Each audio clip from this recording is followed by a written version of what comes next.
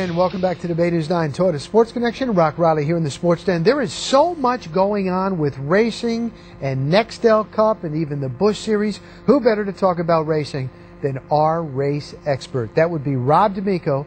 Race day on Fox Sports Radio. You can hear him locally. He is nationwide, but locally on Sunday morning, 6 to 9 on 620 WDA, the Sports Animal. And Rob is here with us. How you doing, partner? How you doing, man? All Glad right. to be here. Man, there is a lot going on. There's a ton. You know, there's so much drama in NASCAR. And racing in general, there's always so much drama out there. I love it.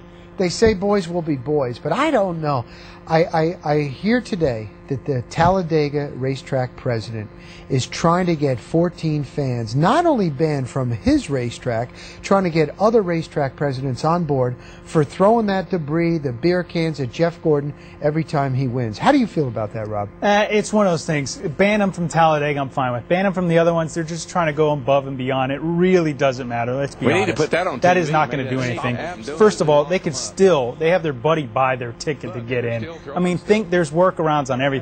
I think they're just going out for the publicity to say, hey, we're not going to tolerate this, which is great. But it's 14 fans. There were hundreds of beer cans, toilet paper, bottles, you name it, thrown out on that track. It was ridiculous. It was a terrible scene for NASCAR. It was a black eye, and I hate that those small percentage of fans represented NASCAR for that day, and it was ridiculous. You know, that's a good point when you're saying that, because when you see the video, you think everybody is against Jeff Gordon, and that small portion. It's kind of true. There's quite a few, but the point is, I don't think you're ever going to change those fans and those fans that know those fans. You're never going to change their minds on Gordon, are you? No, it's a love-hate relationship. When Gordon came into the sport, he was battling Dale Earnhardt Sr., and it was one of those things where it was, you know, him and Dale Sr. were great friends. They really were, but great competitors also out on the track. And a lot of people don't realize that. And what Jeff Gordon did 2 weeks ago at Phoenix with the flag is totally respectful. Well, even Little League came out, and he was saying that, look, Jeff Gordon, he couldn't believe that fans were giving him some heat. We're looking at it right there. And he said, look, he respected my father. Why are you guys doing that? But again, it's just fans that just can't stand Jeff Gordon. That right there, to me, is a great gesture to a great guy. I mean, a great race car driver, a great person, a great father. I mean, that right there is what the sport's all about. And to have the fans do what they did just because they don't like Jeff Gordon is ridiculous. It's out of hand. And I'm glad they did something about it.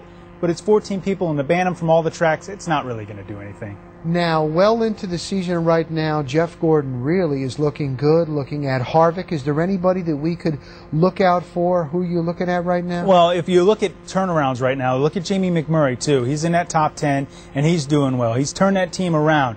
Tony Stewart's back up in there. The guy's struggling a little bit. Dale Earnhardt Jr. is struggling a little bit. He's sitting outside the top 10. But you got guys like Jeff Gordon. I was a little worried about it because he was sitting on top of the points without a win. Now, once we get to that chase for the championship, those last 10 races, those wins go to count as points, 10 points. So right now he's got 20 points to the good once they hit that 10 race mark. So it's going to be pretty neat to see how this all plays out with the new points in place. Now, are there more instances this year, or is it just more magnified? The reason why I bring it up, NASCAR today fines Harvick and McMurray $25 grand. They're put on probation. And a NASCAR spokesman said, he's like, you better watch out, because if you don't mind your P's and Q's, you're all going to be on probation by the time we hit the Pepsi 400 in July. Stewart and Montoya, they're already on probation. Is it just that the obscene gestures at the Busch race? What do you think? Or are they just cracking down more? Is everything scrutinized more? They're cracking down more. What I'm afraid is going to have happen here is that it's going to be this person's on probation, this guy's on probation, this guy's on probation. It's not going to mean anything anymore. It's just going to be, hey, we're putting you on probation, we're taking some money away. These guys can care less about money. They can care less about probation. Tony's been on probation before and broke probation. I mean, it's one of those things where it may get to the point where it may not mean enough, and then that's when the stiffer penalties would taking tons of points away, which in this day and age with the point system the way it's set up, that's really going to hurt a driver more than probation or more than money. What did you think when Tony Stewart, he's got a show now on satellite radio, and he came out claiming that NASCAR is coming up with some of these bogus cautions at the end, a little bit of debris on there. He backtracked after he had to go in the trailer and meet with the reps at 6 a.m. and said he was greased pretty good. Do you think there's any validity to what Tony was saying? Do I? Yes, I absolutely do. Because here's the thing. You do have what they call the quote-unquote phantom cautions that come out, and I get that. The reason that they're there is at any time of a race, you can call a caution for debris because guess what? There's going to be debris somewhere out there. These cars are beating and banging out there. Something's falling off, or for that matter, somebody's throwing a glove out the window, bottle out the window. They do that all the time to try and cause a caution without getting caught. That has happened in the past. So at any moment, they could throw a yellow flag and say that there's caution. I get all that. At the end of the race, I can see where Tony Stewart can come out and say, hey, you know what, somebody's getting away with a win or, you know, got a great lead and we want to make this an exciting race. We want our TV ratings a little better. I can see where he can get that idea from. I really can. I can understand that. Do I think it was right for him to come out and say that? No, not necessarily. Right. I tell you what, the more though, I kind of like Tony Stewart. Oh, I love him. Do you love him? Absolutely. Because Before I did this show, yeah, go ahead. Before I did this show, he was my favorite driver because one, he's outspoken, says it like it is, and I love that about him. That's awesome. Need more people like him. Do you think other drivers feel the same way?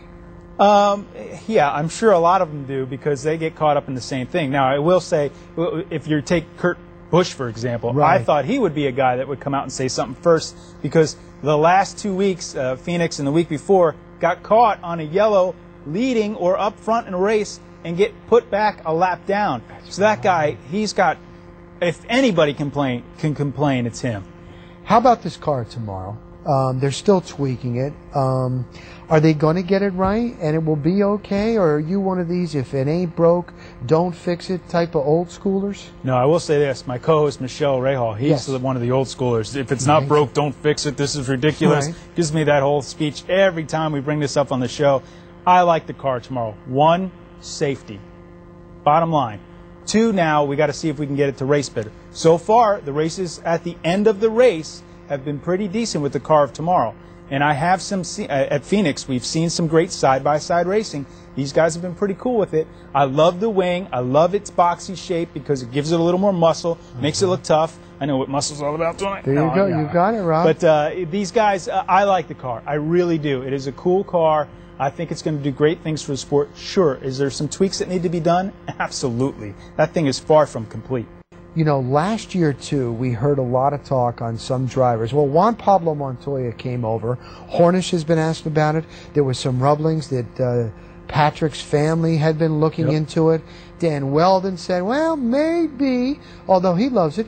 Is it a hard thing for them to do? They see what's going on with NASCAR in this country, would love to be a part of it. But when you've been with open wheel racing, what's the stumbling block? It's not that easy, right? Yeah, oh, absolutely not. Because here's the problem. These guys get out of an open wheel car that has a ton of grip, and then they go into a NASCAR stock car, which doesn't have much grip at all. You really got to be a race car driver or even go back to a dirt track driver to know how to brake and drive that car loose, because that's what it's going to be. When you go from that car, an open wheel car that's got so much grip in it, and you go to a stock car, it is totally different. Juan Pablo Montoya is the first one to say this is the hardest thing I've had to do in my racing career. Wow, no doubt about that. Well, listen, I'm going to give you the plug again. It is Race Day on Fox, Fox Sports Radio. They're on locally 620 WDA, the Sports Animal, Sunday mornings from 6 to 9. No better show. I've got guys come to me saying, I'm not even that big into it. I started listening. You bust on each other. You got a little entertainment. We do that. I love it. Anything you want to leave us for? Anything we should be looking out for? Anything well, the car tomorrow, here's a prediction for you. I see that being the car that they'll run in 2008 totally. It won't be totally in 2009. 2008 is when they're going to run that car the whole year. You heard it from Rob first. I think that's probably the good idea. Keep it. You don't know which race it's going to be in. Always a pleasure, partner. Thank you, man. Greatly appreciate it. And don't forget to check out racedayonfox.com. You got it. racedayonfox.com. Okay, we'll have more. Don't go away. We will be right back.